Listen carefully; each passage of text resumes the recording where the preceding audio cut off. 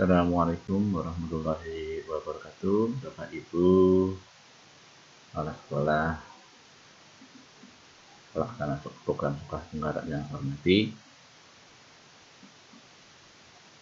Sedikit yang saya sampaikan terkait dengan PMO level sekolah sebagai sebuah bahan untuk evaluasi.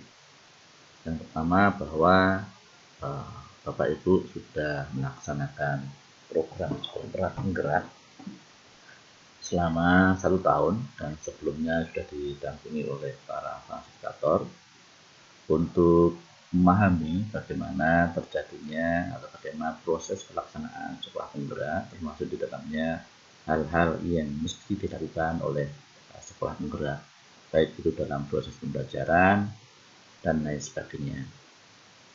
Nah, Bapak Ibu yang saya hormati, PSP atau program sekolah penggerak itu sebagai salah satu upaya dari kementerian untuk memberdayakan satuan pendidikan agar melakukan transformasi diri sekolah sehingga mampu meningkatkan mutu pembelajaran dengan berbagai macam intervensi yang dilakukan tentunya, di mana kondisi awal yang dilihat dalam satuan pendidikan di PSP yang pertama terkait dengan iklim keamanan, mutu PTK, mutu pembelajaran, dan partisipasi dari warga sekolah.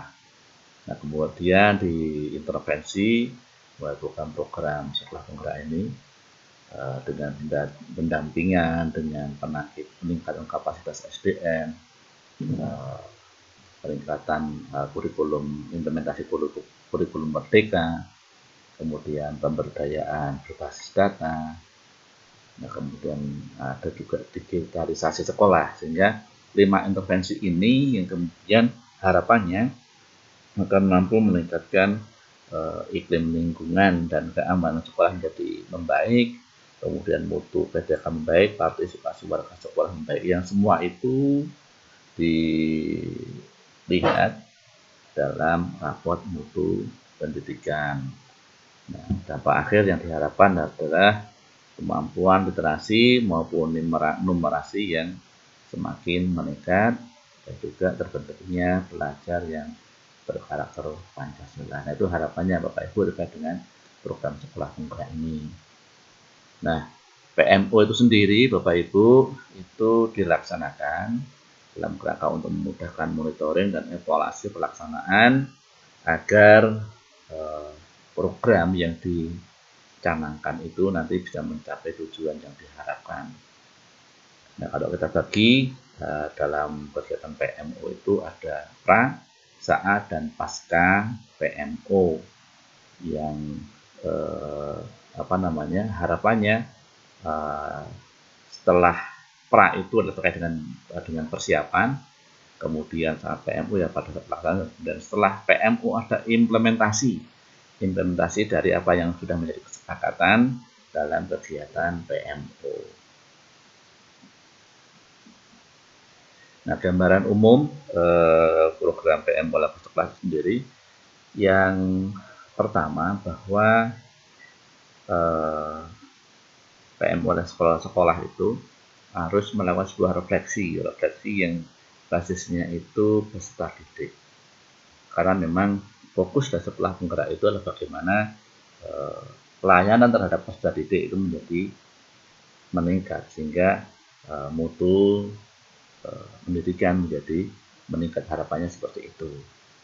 Nah, kemudian setelah melakukan refleksi yang refleksi ini berdasarkan dari raport mutu pendidikan, assessment, dan lain sebagainya, harapannya ketika sudah melakukan refleksi yang berbasis pada peserta didik, ya karena memang sasaran utama dari sekolah itu adalah peserta didik, maka harapannya sekolah mampu menemukan akar masalah. Dan tentu akan banyak kita jumpai akar masalah yang kita dapatkan di sana. Namun dari sekian banyak akar masalah yang kita temukan, yang Bapak Ibu semua temukan bersama dengan Bapak Kepala Sekolah dengan Bapak Ibu Kepala Sekolah dengan Bapak Ibu Guru, dicari akar masalah yang dianggap paling prioritas. Artinya paling prioritas ini yang betul-betul menjadi sumber masalah.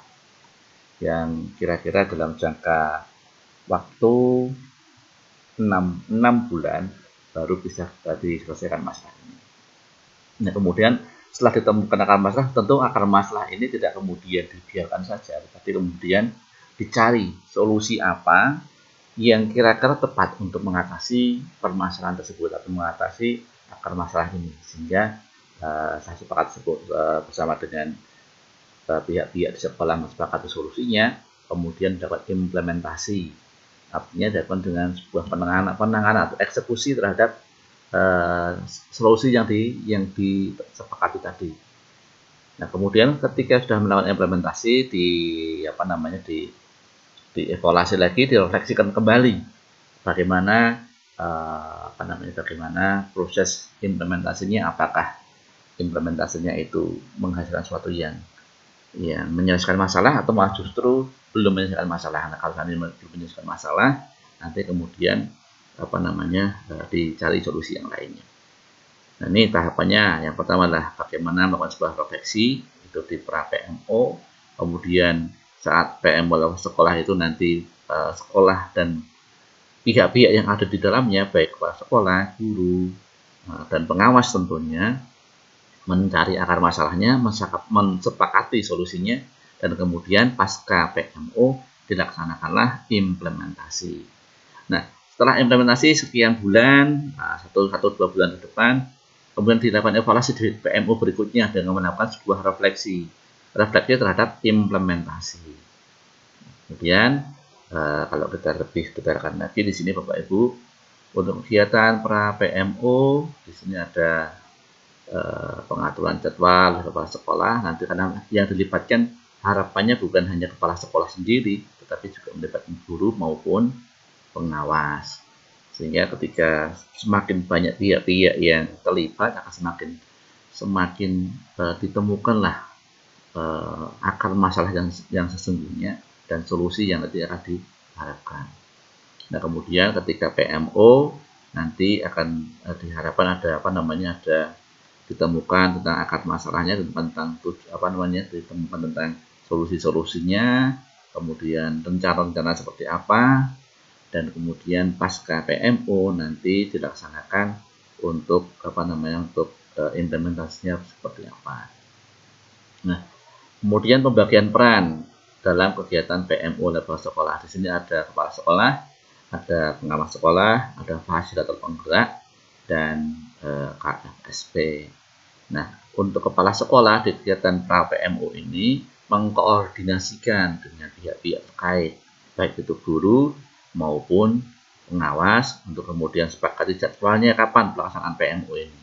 Kemudian juga bersama-sama dengan sepakati jadwal bersama-sama dengan guru dan juga pengawas melakukan refleksi pembelajaran berbasis belajar peserta didik yang ada di lingkungannya. Kemudian saat PMO, nah ini yang menjadi penting Bapak Ibu. Menjadi penting itu adalah bagaimana kemudian mencari akar masalahnya dan mensepakati solusinya. Setelah disepakati akar masalahnya, kemudian solusinya seperti apa, kemudian kepala sekolah memonitor terhadap apa yang sudah menjadi kesepakatan dalam saat PMO level sekolah ini akan sepakati PIC-nya siapa, penangguhnya siapa, apakah ini kegiatan ini sudah solusinya sudah berjalan atau belum. Nah, kemudian nanti pasca PMO ini bersama-sama dengan guru melakukan implementasi dan juga memonitoring. Nah, sementara pengawas sekolah, Bapak Ibu, semestinya kita libatkan dalam kegiatan PMO level sekolah ini agar supaya nanti lebih dalam lagi pencarian akar masalahnya, lebih solutif lagi terkait dengan permasalahan-permasalahan yang menjadi solusinya. Nah, kemudian untuk fasilitator sekolah penggerak, nanti Bapak Ibu fasilitator akan mengingatkan terkait dengan pelaksanaan PMO ini, dan nanti di kegiatan loka karya akan memfasilitasi refleksi pasca pelaksanaan PMO level sekolah. Nah, ini 3 komponen, baik kepala sekolah yang di dalamnya ada guru, ada tenaga kependidikan, kemudian pengawas sekolah, kemudian sekolah sekolah penggerak, semuanya berperan. Nah, Bapak Ibu, dari solusi-solusi atau dari akar masalah yang ada kemudian solusi-solusi yang ada paling tidak digambarkan itu menjadi 4 bagian atau 4 topik yang akan mungkin muara permasalahan-permasalahan tersebut. Yang pertama terkait dengan manajemen dan pengembangan sekolah, kemudian implementasi pembelajaran di kelas, iklim keamanan dan inklusivitas, dan peningkatan kapasitas guru. Nah, monggo Bapak Ibu nanti bisa dari permasalahan-permasalahan itu mengarah kemana? Apakah mengarah ke manajemen dan pengembangan sekolah, atau mengarah kepada peningkatan kapasitas guru? Nah, di masing-masing topik ini akan ada subtopik yang ada dari, misalnya kalau dari manajemen dan pengembangan sekolah itu dari penyusunan KOSP, kemudian dokumen program sekolah, dan seterusnya. Saya yakin ketika dalam hal ini, dalam penyusunan KOSP, dokumen program sekolah, penganggaran, kemitraan, dan dokumen P5, saya yakin Bapak Ibu setelah mendapatkan pendampingan sekian lama itu sudah tidak bermasalah lagi, meskipun mungkin ada 1-2 dari Bapak Ibu yang mungkin masih ada ada permasalahan di sini. Nah, tetapi ketika ditemukan permasalahan ada di sini, di subtopik perencanaan ini, Bapak Ibu nanti bisa sharing dengan teman-teman yang lain, sekolah yang lain, terkait dengan bagaimana solusi-solusi yang ada. Nah, kemudian implementasi pembelajaran sekolah. Terkadang di sini nanti akan terkait dengan pembelajaran berdiferensiasi, ini implementasinya, dan seterusnya. Bapak Ibu bisa baca sendiri. Bapak Ibu nanti bisa melihat atau mencari topik dan subtopik dalam kegiatan PMU level sekolah. Bapak Ibu hanya memilih dari sekian banyak ini maksimal 2 subtopik atau 2 subtopik yang Bapak Ibu pilih untuk diselesaikan, di mana nanti Bapak Ibu akan permasalahan-permasalahan tersebut bermuara di bagian mana yang menjadi prioritasnya. Nah, ini Bapak Ibu untuk pemilihan subtopik itu Bapak Ibu hanya memilih 1-2 subtopik saja. Bisa cross, tidak hanya dalam topik yang sama, tapi subtopik itu bisa saling crossing. Nah, Bapak Ibu, terkait dengan PMU level sekolah dalam hal refleksi pembelajaran, tadi sudah saya sampaikan bahwa dasar dalam kalau sumber data yang bisa digunakan itu adalah paling memungkinkan adalah rapot pendidikan. Karena dalam rapot pendidikan itu akan kita temukan mana-mana yang masih merah, mana-mana yang menurun, mana-mana yang naik, dan sebagainya. Sehingga dari sana Bapak Ibu bisa menentukan, oh ternyata yang perlu mendapatkan penyelesaian itu ada di rapot pendidikan. Oh, yang perlu mendapatkan penyelesaian itu di proses asesmennya dan sebagainya. Ini sumber datanya bisa dari sini. Nah, Bapak Ibu yang saya hormati, terkait dengan refleksi pembelajaran berbasis peserta didik ini menjadi kunci dalam hal menentukan akar masalah. Karena dari sinilah kita akan kemudian menemukan akar masalahnya dan diharapkan nanti akan ditemukan solusinya. Nah, setelah Bapak Ibu tadi mencari permasalahan dengan sumber-sumber data yang ada, nah kemudian Bapak Ibu bisa kemudian memilih masalah yang dianggap prioritas itu apa. Masalah yang dianggap prioritas itu seperti apa. Nah, paling tidak Bapak Ibu ketika melihat dari rapot pendidikan ataupun juga dari perilaku siswa, pengamatan dari siswa, Bapak Ibu nanti akan bisa melihat indikator-indikator yang ada. Nah, sekali lagi akar masalah yang Bapak Ibu pilih adalah akar masalah yang betul-betul nanti itu menjadi masalah urgen, pokok, dan kira-kira membutuhkan waktu yang cukup untuk untuk diselesaikan.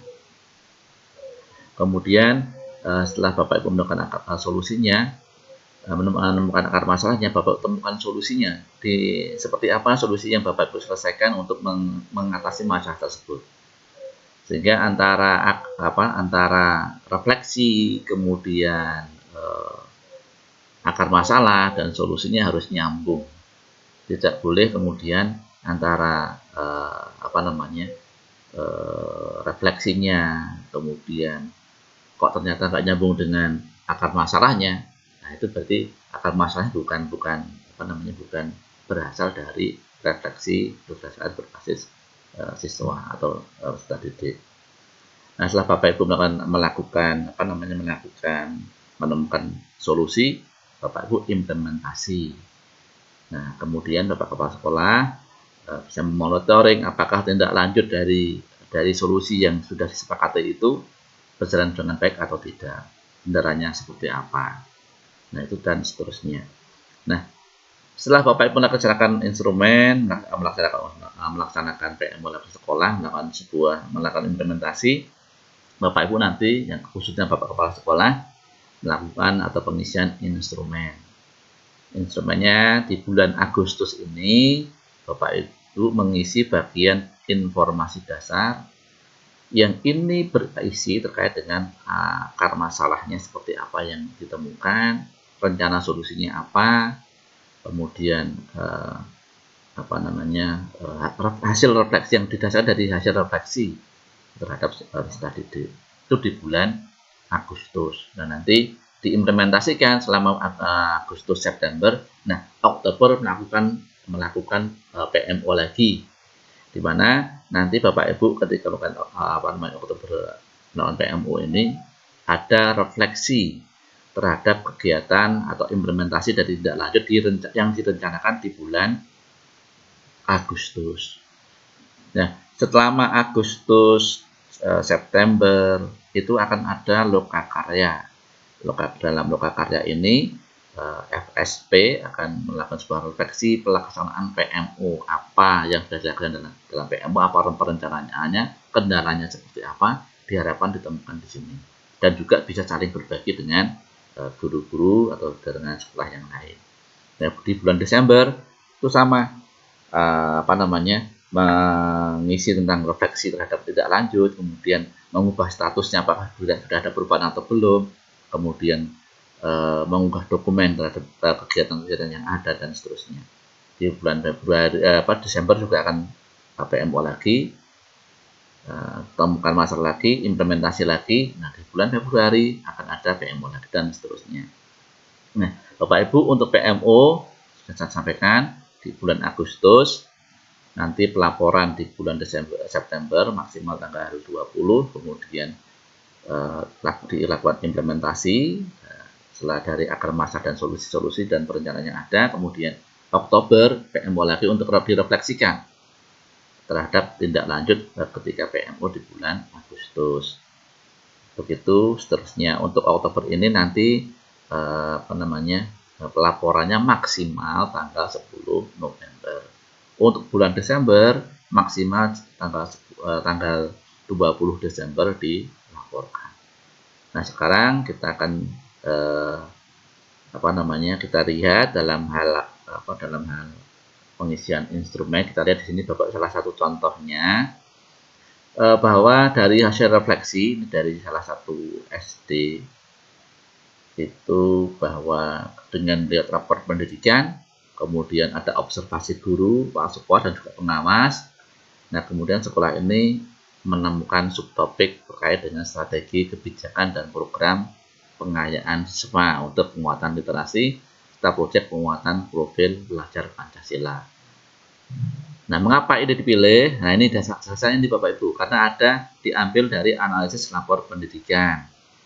Karena ternyata di sana ada kemampuan literasinya yang menurun, kemudian terkait dengan kompetensi membaca teks informasi, kemudian pencapaian skor karakter kemandirian dan kreativitas juga menurun, sehingga ini perlu diselesaikan menurut sekolah tersebut. Nah, jadi ada landasannya, yaitu pengamatan rapor pendidikan, kemudian observasi guru, kepala sekolah maupun pengawas. Nah, itu landasannya. Ditentukanlah subtopiknya, yaitu terkait dengan strategi kebijakan dan program pengayaan siswa serta penguatan program profil pengajar Pancasila. Nah, kita lihat di sini akar masalahnya apa. Nah, akar masalahnya dari sini kan kelihatan terkait dengan kompetensi membaca teks informasi. Jadi nyambung antara refleksi dengan akar masalah itu nyambung. Di sini ditemukan ada beberapa siswa yang belum mencapai kompetensi minimal terkait dengan literasi. Kemudian di sini kenapa kok memilih sub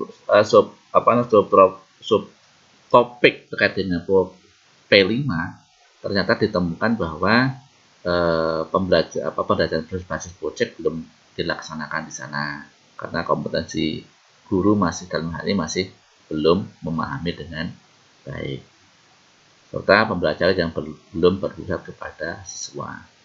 Nah, kemudian di sini kita lihat apa topik permasalahannya, kemudian subtopiknya apa. Di sini kita lihat strategi kebijakan dan program pengayaan siswa. Nah, di sini isu yang dikaitkan karena tadi ada 2 topik ya, terkait dengan strategi kebijakan dan program pengayaan siswa dan terkait dengan program P5. Yang pertama terkait dengan strategi kebijakan dan program pengayaan siswa. Isu masalahnya apa? Ini juga nyambung dengan akar masalah tadi, yaitu kompetensi membaca teks informasi yang belum optimal. Karena tadi dilihat dari kompetensi yang belum tercapai dalam minimal, kemudian sehingga membutuhkan program terkait dengan strategi dan kebijakan. Nah, rencana kegiatannya apa? Ada membentuk tim literasi, menyusun program literasi, kemudian meningkatkan kompetensi guru melalui IHT dan melaksanakan program literasi. Nah, akan lebih bagus lagi ketika dalam rencana program ini sudah ditentukan sekalian siapa penanggung jawabnya, kira-kira rentang waktu kapan dilaksanakan, itu akan menjadi lebih bagus lagi. Nah, ini karena program cukup panjang, nah sini siapa penanggung jawab, kemudian di sini statusnya dalam proses, belum selesai. Tenggat waktunya 1 September sampai Desember, karena kita akar masalah itu kita tentukan dalam jangka waktu yang cukup lama, bukan di bulan September, tenggat waktunya tapi di Desember. Nah, selanjutnya tadi yang kedua kan terkait dengan P5. Isu masalahnya terkait dengan penguatan proyek P5 atau proyek penguatan belajar Pancasila. Di sini isu masalahnya itu karena proyeknya belum paham terkait dengan proyek P5 ini. Kemudian pembelajaran juga belum berpusat pada siswa. Nah, programnya apa? Di sini ada program membentuk tim fasilitator P5, kemudian untuk belajar di PMM, merancang P5, menyusun modul P5, pelibatan mitra dan lain sebagainya. Juga tenggat waktunya 1 September sampai Desember. Nah, sekali lagi akan lebih bagus lagi kalau saya dalam rencana kegiatan ini sudah ada ditentukan sekalian siapa penanggung jawabnya dan rentang waktu akan dilaksanakan kapan. Nah, contoh yang lain, ini pengisian yang lain. Hasil rapat pendidikan SMP terhadap penurunan skor capaian kualitas pembelajaran pada tahun 2023. Ini kelihatan di sini dari 63,3 turun 0,35%. Nah, penurunan ini apa sebabnya? Ternyata ditemukan karena mutu dan relevansi pembelajaran yang kurang atau mengalami penurunan. Nah, ini ini kemudian akar masalahnya apa? Nah, kemudian ditemukanlah bahwa ternyata yang menjadi akar masalah adalah praktik pembelajaran interaktif yang belum sesuai dengan tujuan pembelajaran dan karakteristik siswa. Artinya di sini pembelajaran berdiferensiasi dan sebagainya belum terlaksana dengan baik, sehingga perlu solusinya apa? Rencananya berupa workshop peningkatan kompetensi tenaga pendidik. Nah, tentu untuk melaksanakan program workshop ini ada tahapan-tahapan dari pembentukan kepanitiaan, kemudian penyusunan materinya seperti apa, siapa penanggung jawabnya. Nah, disusunlah dalam rencana kegiatan ini. Dan nanti Bapak Ibu itu tenggat waktunya dari September sampai Desember. Nah, itu terkait dengan pelaporan Bapak Ibu. Monggo nanti Bapak Ibu yang masih ada sedikit kesalahan, kekeliruan, monggo untuk bisa diperbaiki.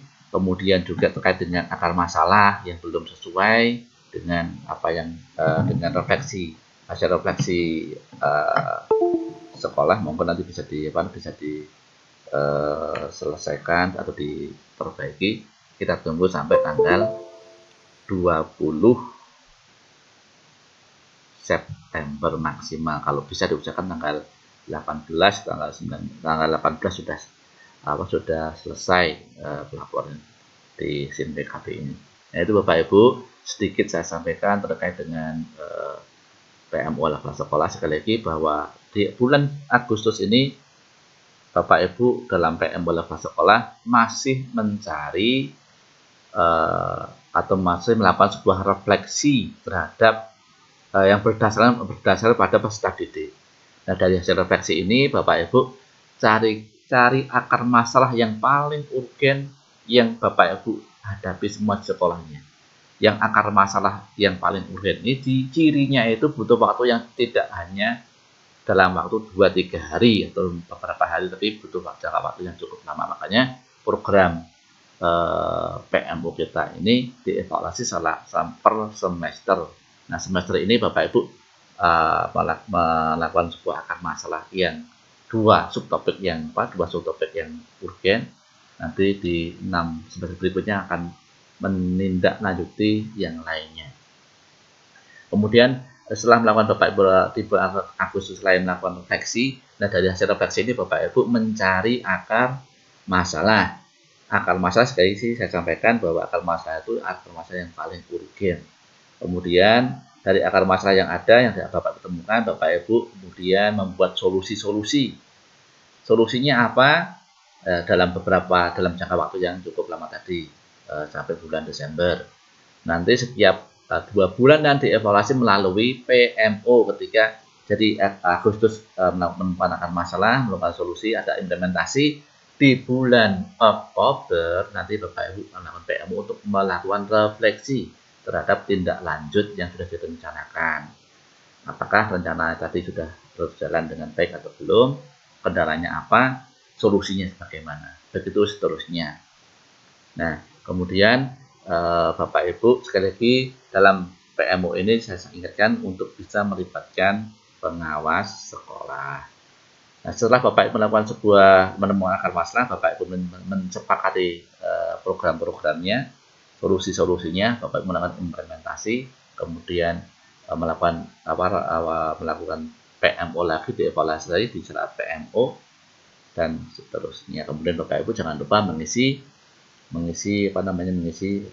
SIM PKB. Tadi saya sampaikan di bulan Agustus ini Bapak Ibu menuliskan informasi dasar, akar masalah, dan kemudian rencana tindak lanjut. Demikian Bapak Ibu, mudah-mudahan bisa bermanfaat. Apabila Bapak Ibu di laporan SIM PKB-nya ternyata masih ada kekeliruan, monggo nanti bisa diperbaiki. Terima kasih. Assalamualaikum warahmatullahi wabarakatuh.